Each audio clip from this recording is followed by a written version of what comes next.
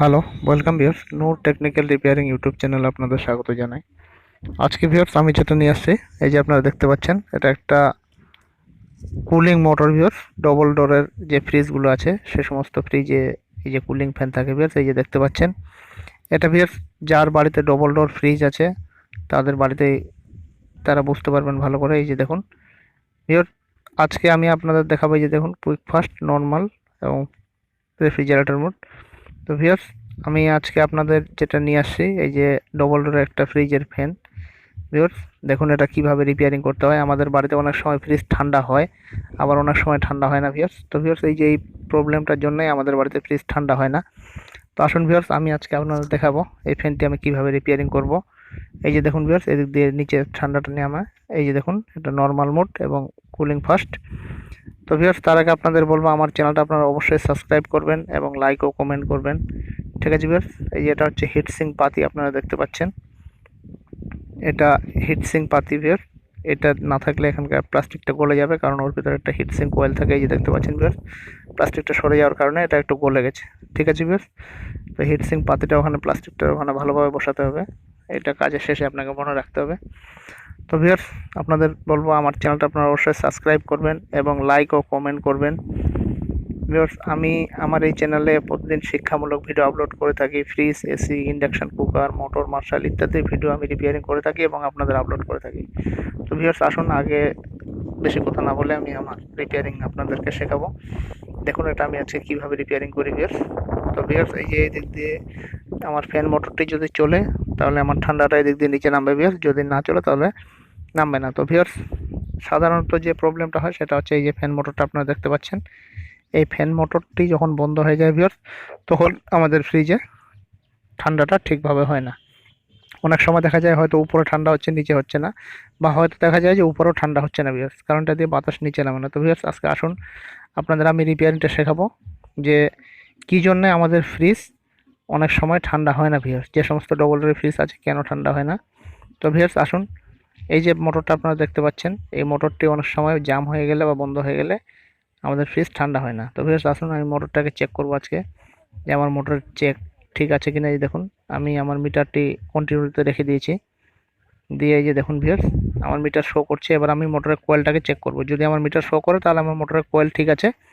ঠিক আছে ভিউয়ার্স, তাহলে হয়তো পারে আমার মোটর জাম আছে। তো ভিউয়ার্স, এই যে দেখুন, আমি এবার এই যে এখানে পিন দুটো লাগিয়ে দিলাম ভিউয়ার্স। এটা একটা এসি ফ্যান। এই যে দেখুন ভিউয়ার্স, আমার মিটার শো করছে, তার মানে আমার মোটরের কোয়েলটি ঠিক আছে। এই যে কোয়েলটি আমার ঠিক আছে। তো ভিউয়ার্স, আমি এবার ফ্যান মোটরটাকে খুলবো। ঠিক আছে ভিউয়ার্স, এই যে দেখুন, এইভাবে ফ্যান মোটরটাকে হালকা করে খুলতে হবে ভিউয়ার্স। দেখবেন খুব সাবধানে যেন ভেঙে না যায়। ভিউয়ার্স, কেউ ভিডিও কেটে কেটে দেখবেন না, নইলে কিছু শিখতে পারবেন না ভিউয়ার্স। আপনাদের আবারও বলবো আমার চ্যানেলটা অবশ্যই আপনারা সাবস্ক্রাইব করবেন, কারণ আপনাদের বাড়ির নিত্য প্রয়োজনীয় জিনিসের উপরে আমি ভিডিও আপলোড করে থাকি। ভিউয়ার্স, এই যে দেখুন, আমি এবার খুললাম। তো ভিউয়ার্স, এবার আমার কোয়ালিটি যেহেতু ঠিক আছে, আমি দেখি ভিউয়ার্স। এই যে দেখুন ভিউয়ার্স, পাখাটা ম্যাক্সিমাম জাম আছে। ঠিক আছে ভিউয়ার্স, এই জাম থাকার কারণে, এই যে দেখুন পাখাটা ম্যাক্সিমাম জাম আছে। এই জাম থাকার কারণে ভিউয়ার্স আমার ফ্যানটি ঘুরছে না বা কাজ করছে না। তার জন্য ভিউয়ার্স আমার ফ্রিজটা ঠান্ডা হচ্ছে না। ঠিক আছে, এই যে এবার দেখুন, স্ক্রুড্রাইভারটা ঠিক করে নিয়ে এখানে হালকা করে একটু চাপ দেবেন ভিউয়ার্স, তাহলে সামনে পাখাটা বেরোয় আসবে। ঠিক আছে ভিউয়ার্স, আমাকে এই ফ্যানটি যেহেতু খুলতে হবে, তাহলে পাখাটা আমাকে খুলতে হবে। দেখুন এবার আস্তে করে হাত দিয়ে ধরে একটু চাপ দেবেন। এই যে দেখুন ভিউয়ার্স, পাখাটি আমার খুলে আসলো। সো ভিউয়ার্স, এই যে দেখুন, জাম করতেছে ভিউয়ার্স, খুব ইজিতে ঘুরছে না। এবার তাহলে ভিউয়ার্স আমি এই ফ্যানটা খুলি, দেখি। এর মধ্যে অনেক সময় ভিউয়ার্স মরিচা পড়ে যায়, কারণ যেহেতু এখানে ঠান্ডা থাকে বা বরফ জমে, ওই জন্য জলের কারণে অনেক সময় মরিচা পড়ে যায় ভিউয়ার্স, জল জমে গিয়ে। তার জন্য আমার এটা জাম হয়ে যায় এবং আমার কুলিং লাইনটি ভিউয়ার্স বন্ধ হয়ে যায়। ঠিকঠাকভাবে আমার কুলিংয়ের সমস্যা হয় এবং ঠিকঠাকভাবে কুলিং হয় না ভিউয়ার্স। এই যে দেখুন, তো ভিউয়ার্স আমি এই যে নাট দুটো খুলবো, এই যে নাট দুটো দেখতে পাচ্ছেন, এই নাট দুটো আমাকে খুলতে হবে, নইলে ভিউয়ার্স আমি ফ্যানের রোটারটা বের করতে পারবো না বা আমি বুঝতে পারবো না যে কি হয়েছে। ঠিক আছে ভিউয়ার্স, এই যে দেখুন আমি খুলছি আপনাদের সামনে। দেখুন ভিউয়ার্স, আপনারা খুব ভালোভাবে ভিডিওগুলো দেখবেন।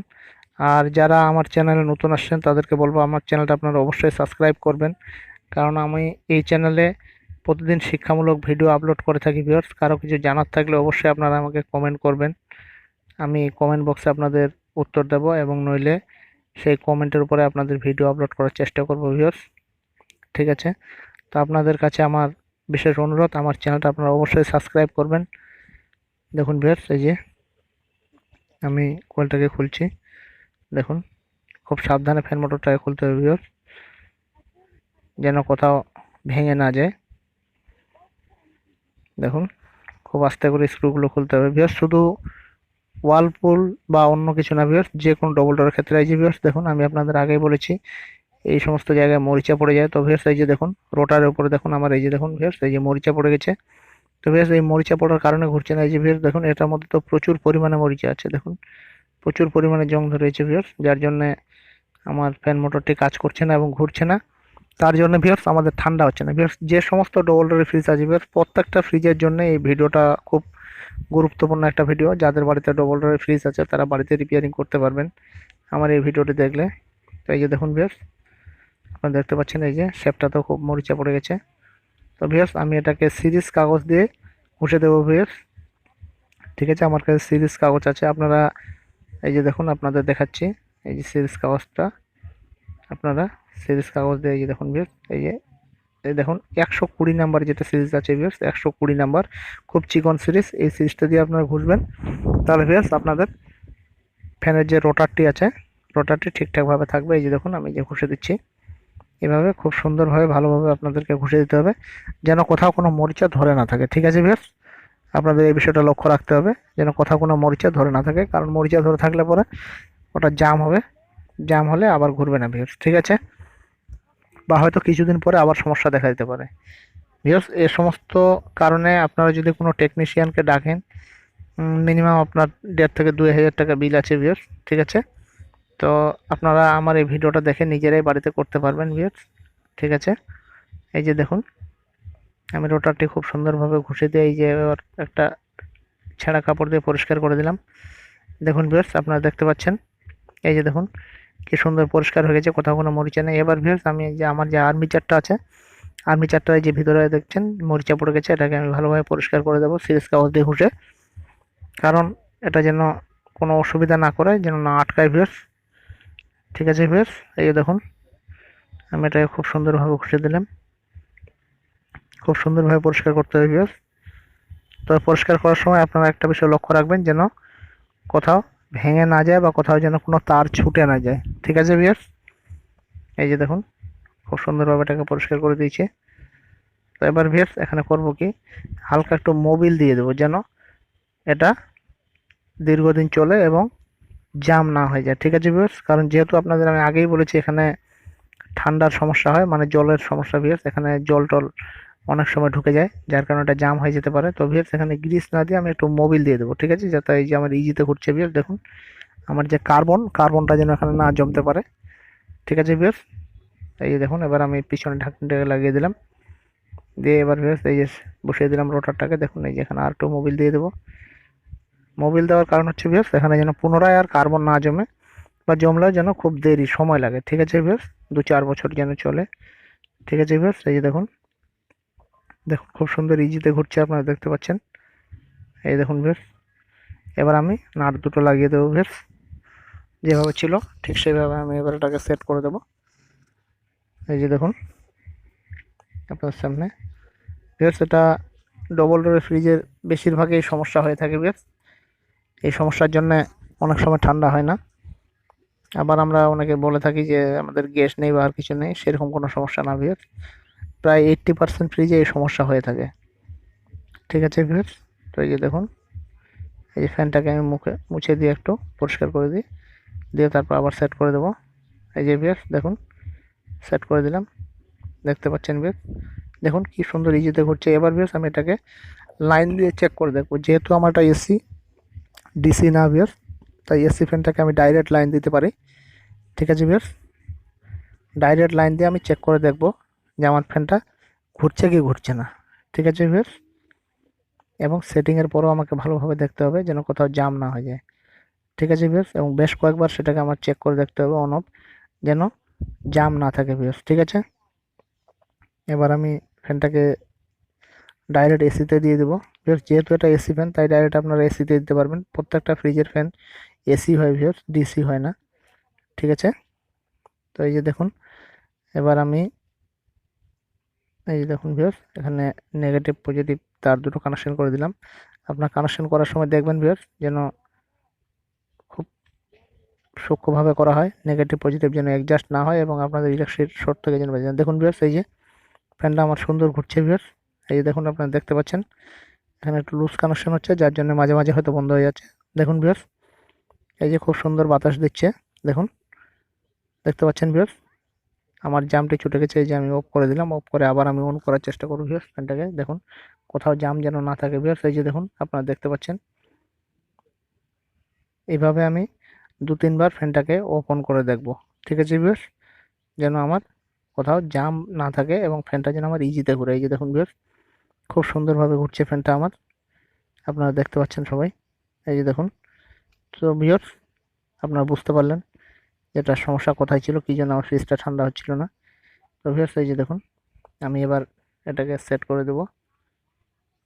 দেখুন ভিউয়ার্স আগে যে অবস্থায় ছিল সেই অবস্থায় আমি এটাকে আবার সেট করে দেব, যাতে করে আমার কোনো সমস্যা যেন না হয়, ঠিক আছে ভিউয়ার্স।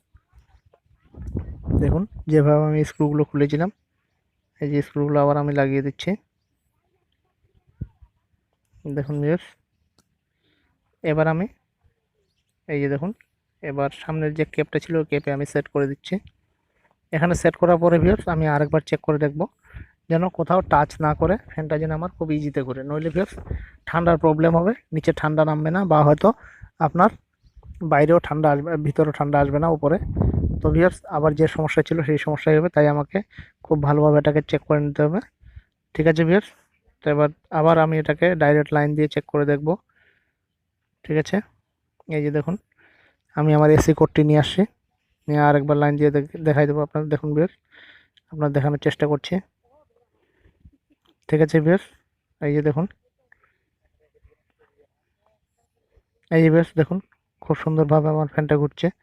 তার মানে আপনারা বুঝতে পারছেন ভিউয়ার্স কী সমস্যা হলে ভিউয়ার্স, এটা যেহেতু কুলিং কোয়েলের কাছে থাকে তাই ভিউয়ার্স এর ঠান্ডা বাতাসটা নিয়ে আমাদের গোটা ফ্রিজে প্রোভাইড করে, যার কারণে আমাদের ফ্রিজটা ঠান্ডা থাকে ভিউয়ার্স। এই ফ্যান বন্ধ হয়ে গেলে আমাদের ফ্রিজ ঠান্ডা হবে না। দেখুন ভিউয়ার্স এই দেখুন সামনে খুব সুন্দর বাতাস যাচ্ছে, এই যে ফুটোগুলো দেখতে পাচ্ছেন আপনারা, এই যে দেখুন ফুটোর মাধ্যমে খুব সুন্দর বাতাস যাচ্ছে ভিউয়ার্স। সো ভিউয়ার্স আপনারা বুঝতে পারলেন আমি কিভাবে এটাকে রিপেয়ারিং করলাম, আশা করি আপনারা করতে পারবেন। তাই ভিউয়ার্স আপনাদের আবারও বলছি আমার চ্যানেলটা আপনারা অবশ্যই সাবস্ক্রাইব করবেন এবং লাইক ও কমেন্ট অবশ্যই করবেন ভিউয়ার্স। এই যে ভিউয়ার্স এবার হিট সিঙ্ক পাতাটা এখানে খুব ভালোভাবে বসাবেন যেন এখানে হিট না লাগে, ঠিক আছে viewers. Okay, thank you, have a nice day.